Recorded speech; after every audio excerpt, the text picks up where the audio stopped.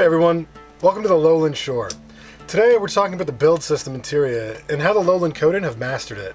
On this channel we discuss the factions that build, craft, and engineer the worlds we experience in our stories, games, and art.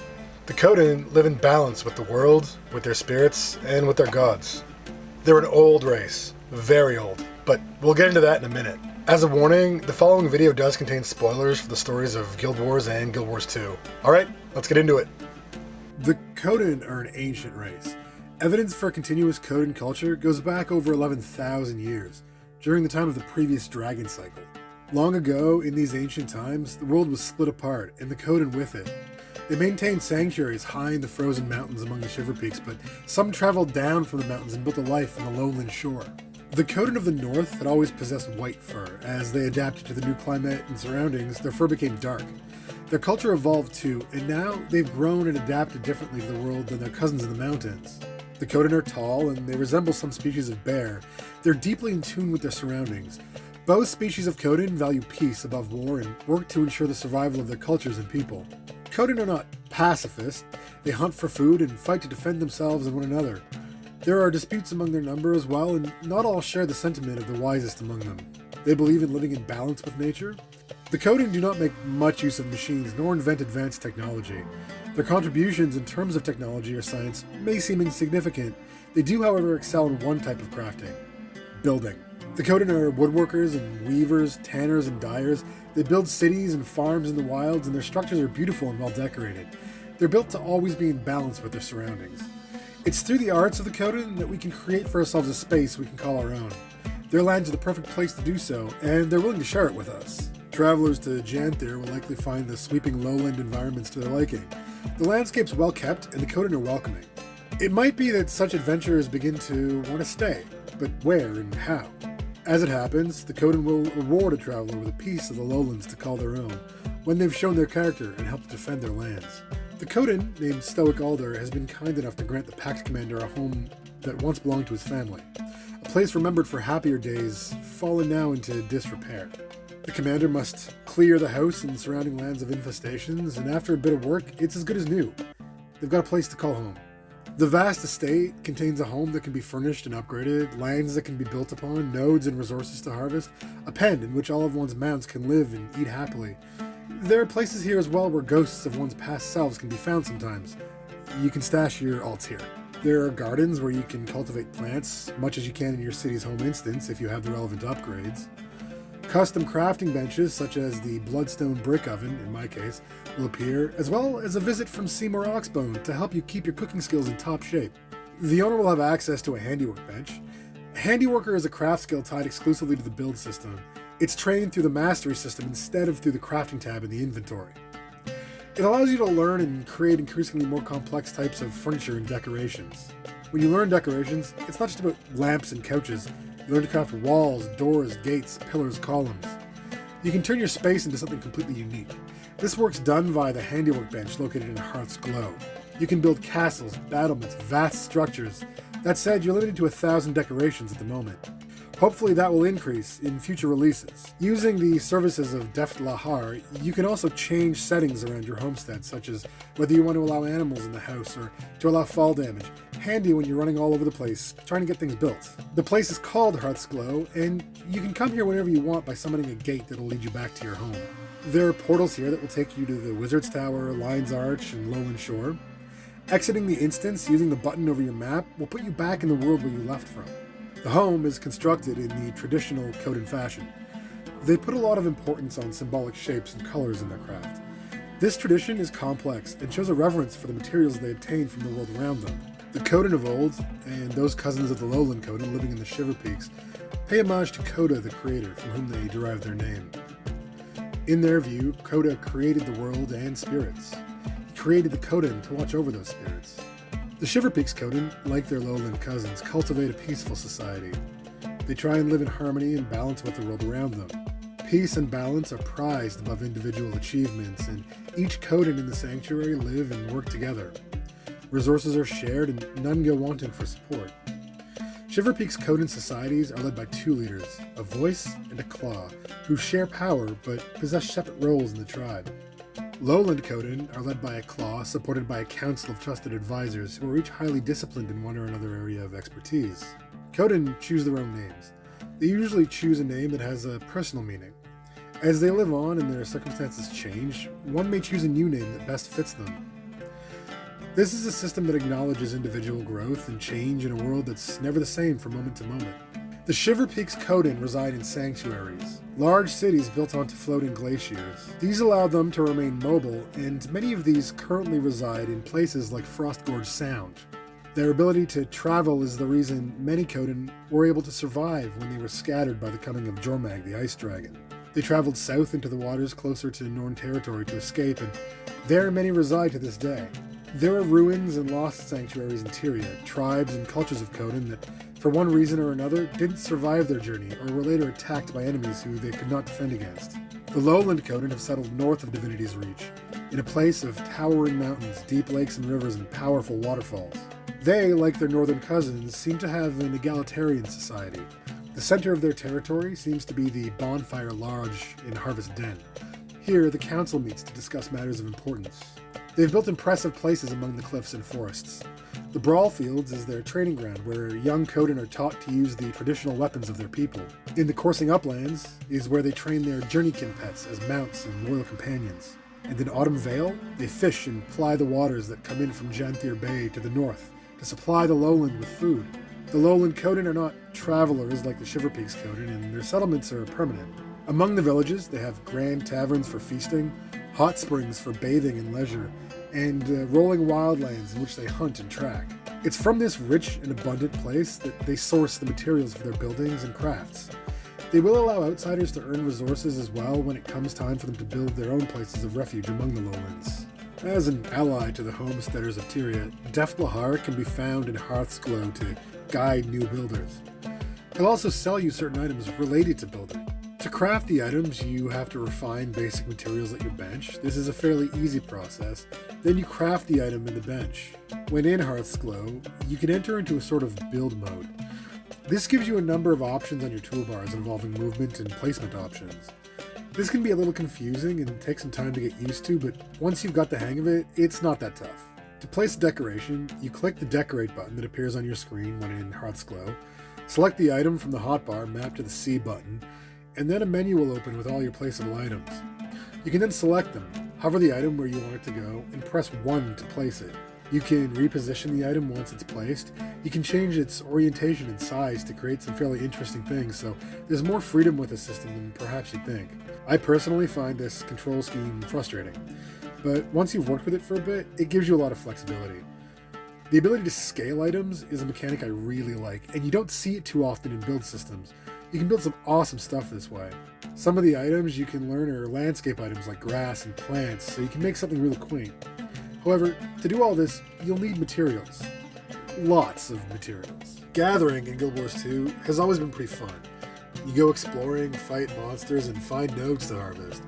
It's pretty standard MMO fare. Most people who play are familiar with the main types of materials and how to get them. Plus, I cover them in my video on the craft system. Link in the description. Before you can craft in Hearth's Glow, you have to refine those materials into refined versions to craft your decorations. An extra layer which isn't too hard to work around, but I have to say there is one thing I really don't like about this, and I've said it before. The system's time-gated. You have weekly limits to how much you can refine, which, yeah, you can increase with upgrades, but I still get frustrated. When I'm in the mood to build something, I want to build, and I find it very frustrating to have to stop because I haven't got the requisite upgrade unlocked to continue this week. Sorry, that's my only real rant in this whole Guild Wars 2 series. I think the system's alright overall, but that one thing just doesn't suit me well. If you're okay with it, or it doesn't bother you, that's cool. We all have different ways of playing. Now, the Lowland Shore is full of materials to gather. If you go exploring, do events, hit resource nodes, hunt monsters, kill bosses, you'll get tons of basic materials. The Lowland Shore is full of life, a place where the Kodan prosper. The land gives them life, and they in turn tend to its needs. That's the balance. The Kodan hunt and fish as a matter of survival, and they value their tools and weapons.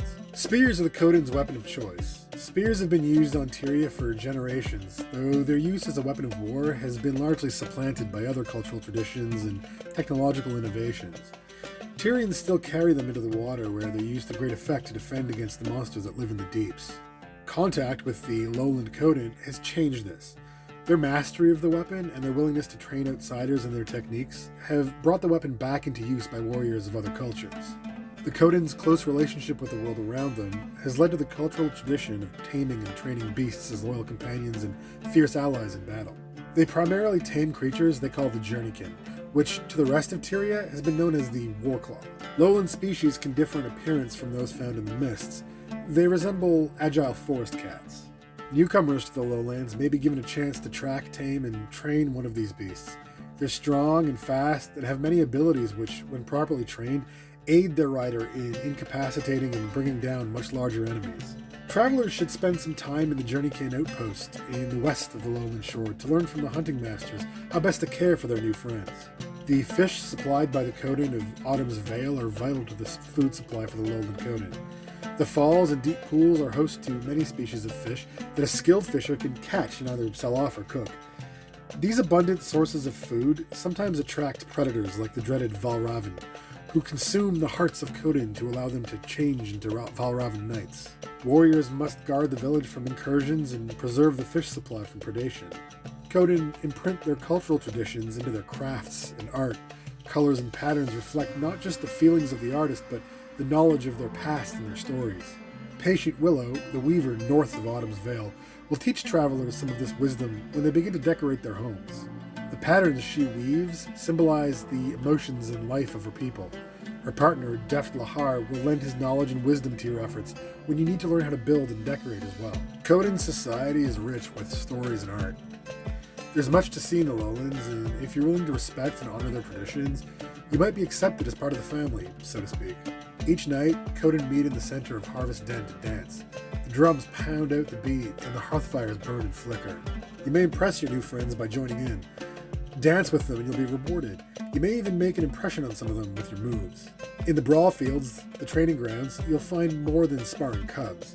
The dirt pit is surrounded by seating where fans of combat can sit and watch as fighters square off against one another. Combatants are tested against mighty champions, and there are always more fights to come. Warriors can step from the stands into the battle pit and join the fight if they wish. There's usually someone to test yourself against, and groups of fighters are usually squaring off. The audience can get rowdy though, and the screaming and cheering can push a combatant to greater heights of glory and feats of strength. Not far from Bonfire Lodge lies the Denning Forge. This is where the Lowland Kodan smelt their ore and forged their weapons. The forge fire is vented by fans spinning above and taking the smoke out into the sky. The Kodan have developed a cunning system of power hammers which pound away at steel day in and day out. They use these to forge the finest spears in Tyria. There's a rich history of oral tradition among the Lowland Kodan, but they also have cultivated many talented writers.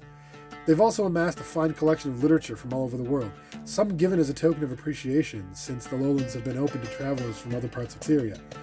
There are books all over the villages to find and check out, but we won't talk about Rigid Branch. If you know, you know. There's also, south of Bonfire Lodge, a small building in which a stage is set and laid with instruments. The Kodan dance to their drums, but their music has more to it than that. There are flutes and harps, bells and drums. The stage is ready if you want to pick one up and play. The culture and wisdom of the Lowland Kodan has brought heroes into the story of Tyria, a land of heroes. There are many stories to tell about the adventures of the Kodan in Tyria. Some of them are old stories, and some are just beginning. Stoic Alder is the claw of the Lowland Kodan. He welcomed the commander, now the Pathfinder, into the lowlands and gave aid to the Pact and the mages of the Wizard's Tower. He personally traveled to Lion's Arch to meet with delegations from nations all over Tyria and stood his own when the Titans attacked. He risked his life in the fight against the giant beasts, aiding the commander and their allies. He will stand against any enemy to protect his people, and speaks with wisdom when forced to negotiate. Poised Arrow is the son of Stoic Alder. He's a brave warrior and skilled hunter. He's expected to rise to the office of Claw after his father. When the commander, now Wayfinder, comes to the lowlands, Poised Arrow is tasked with guiding the party and watching over them. He's helpful, but it's obvious the task isn't to his liking. When the Titans attack, though, Poised Arrow is quick to charge into the fight. He's quick to prove his courage, and while he clashes with his father from time to time, he has the makings of a strong leader. And last, Waiting Sorrow is old. Very old. Born among the tribes of the Shiverpeaks Kodan nearly 1,000 years ago, maybe a little more, she's been witness to much of Tyria's history. She joined the wizard's court long ago, and their magics have kept her alive. She was responsible for creating the Heart of the Obscure, without which the commander and his allies would have no hope of closing the Cryptus rifts. She left the court to watch over the Lowland Kodan, disguising herself as the healer, Fading Aurora, and earning a place on their council. She used her magics against the Titans to aid the commander and protect the lands of the Kodan. She's a powerful ally, and one who will be needed in the fighting to come. So, that's the build system in Guild Wars 2. It's an interesting take on the idea, and fits the game lore pretty well. I find it a bit limiting for my tastes, but I've seen some people do amazing things with it, and I'm hoping the system will evolve and change as new updates are added to the game. The Lowland Kodan are intricately tied to these mechanics, so I felt it would be a good idea to discuss their culture and impact on the world in this video. Whether you want to build or not, I advise anyone who hasn't visited Janthir Wilds yet to do so. There's tons to discover, and I personally enjoy just running around and finding things I haven't found yet. The Kodan themselves are such an ancient species, I could probably do a few videos going over their lore, but I'll spare you all that as it doesn't all revolve around building and crafting. That said, the Shiverpeaks Kodan live in some spectacular places. Sorrow of the Waves and the other sanctuaries are worth checking out as well. They're deeply tied to the lore of the Dragon Cycle, and they can be found across Tyria, guarding their territory and trying to maintain the balance and harmony they so value. Well, that's the Kodan, and also the build system. If you liked the video, please hit like, and if you want to see more, please hit subscribe. It really helps out the channel. If you disagree with me or think I missed anything, head down to the comments and let me know. Thank you all for watching. I appreciate everyone who shows up. Send me some pics of your cool homesteads. Oh, and before you go, I'm going to give a shout out to my patrons who help support the channel. Our $10 patron is Watuki at the artisan level. If you want to get your name in the credits, head on over and sign up. The Patreon link is in the description. You'll get access to an exclusive Discord as well. Well, that's it. And remember to give your homestead pets some treats, eh? Bye, Internet.